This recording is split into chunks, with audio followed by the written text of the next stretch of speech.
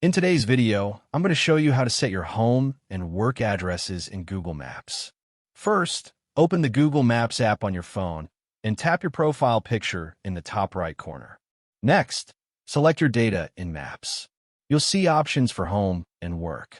Tap either one and enter the corresponding address.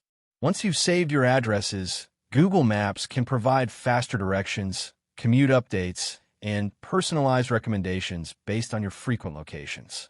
If you ever move or change jobs, you can easily update these addresses by returning to the same menu and editing the information.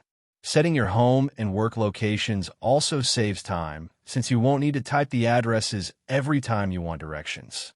That's it. Now you know how to set your home and work addresses in Google Maps for quicker and more convenient navigation. Thank you for watching this video. Please feel free to use the affiliate link in the description.